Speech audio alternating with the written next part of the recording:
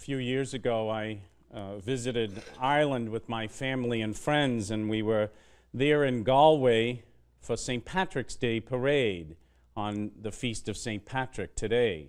It was a wonderful time, but one of the days while I was there, I took a day off to explore my family roots. All of my ancestors came from Ireland, and it sounds like an Irish song when you list all the names of my family. There were Caseys and Sullivans, Donovans and Cavenys, McIntyres and Finnarans, Crowleys and Murphys, Flynns and Leahys, and tons more. But this day I decided to go looking and checking on my family, the Crowley side. My great-grandfather came from Bandon in Cork, and so I visited the church where my Crowley side of the family had come from in the late 1800s. And when I went up to the rectory of St. Patrick's Church in Bandon, I asked the priest if he could look up my great-grandfather's baptismal record, still not knowing whether this was the correct church or not. And I had his parents' names and some of his brothers and sisters' names, but that was it. So Monsignor O'Callaghan was very kind to me and brought me in, and we scoured the books of the baptismal registers. And there we found my great-grandfather, and we found 9 of his brothers and sisters along with him. My great-grandfather was Michael Crowley. And we looked further and found other records of marriage and baptismal information of some of our cousins. And I had my camera with me, and I took down some of the pictures of the actual baptismal register. But it was exciting to find the place of their birth in Ireland and where they had been living before they came to America over 100 years before. And as I compile my family history, I think I have over 1,000 names of ancestors in my family history. The one thing that connected all of my ancestors was those baptismal registers, and more importantly, of course, their baptism into the Catholic Church. The handing down of the faith was very important to the Irish, and this feast day that we celebrate today, St. Patrick had something to do with that, if you think about it. As we celebrate this feast of St. Patrick, for us that live in the Boston area, it's always been a special feast. St. Patrick is the patron saint of the Archdiocese of Boston, as I said. And you might know that there are many Irish-born and many Irish Americans living in the Boston area. In fact, at our daily TV Mass, you might even notice from time to time, as we just saw, the statues of 2 great saints, 2 great Irish saints, St. Patrick and St. Bridget of Kildare. But the story of St. Patrick, which many of us know, started when he was just 16 years old, when Patrick was seized by Irish raiders and sold into slavery. But he was raised in England, but he was forced as a very young boy to tend the sheep as a slave in Ireland. And the young man tells us later in his confessions that he was never particularly religious, but while he was in slavery in Ireland, he turned to God for comfort and for peace in his life.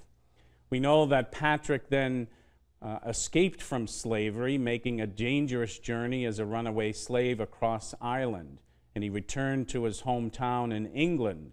But shortly after arriving in his home, Patrick told his family that he had a strange dream. He heard the voice of the Irish saying, "Young man, come back and walk among us." Although he hated to leave his family, we know that Patrick left his home once again to return to the land of his slavery, to preach the good news of the Christian faith. He studied theology at a monastery in France and soon ordained a priest, then shortly afterward was ordained a bishop. And according to the Irish history, Patrick would bring 10 Christians with him when he began to preach to a new village.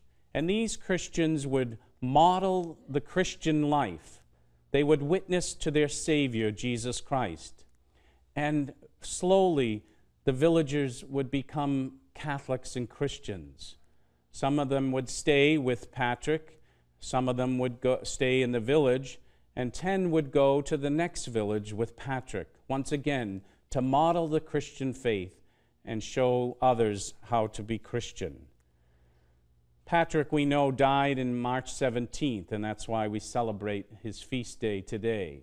But his influence as a saint lives on.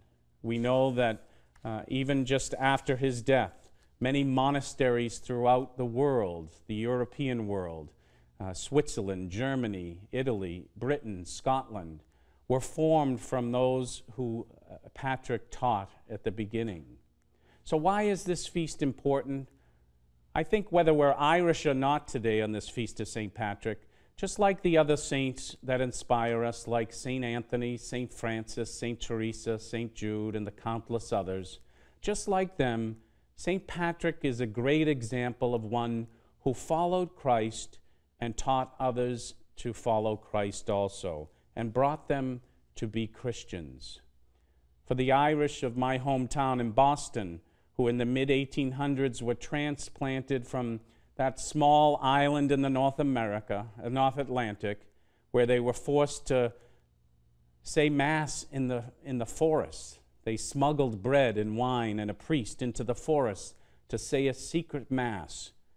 It was different when they came to America on these shores, for they would have complete freedom to build their churches openly and to also practice their faith. So for most of us listening to this Mass today, our ancestors brought the Catholic faith from their little villages in Ireland and Italy, Poland and Germany and many other places.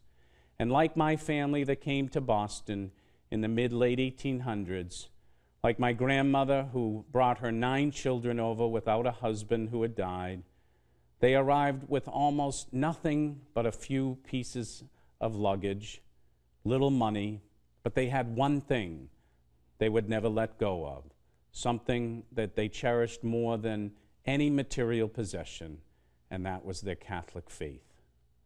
So on this feast day of St. Patrick, let us always be mindful of that gift of faith that our ancestors gave us and ask God to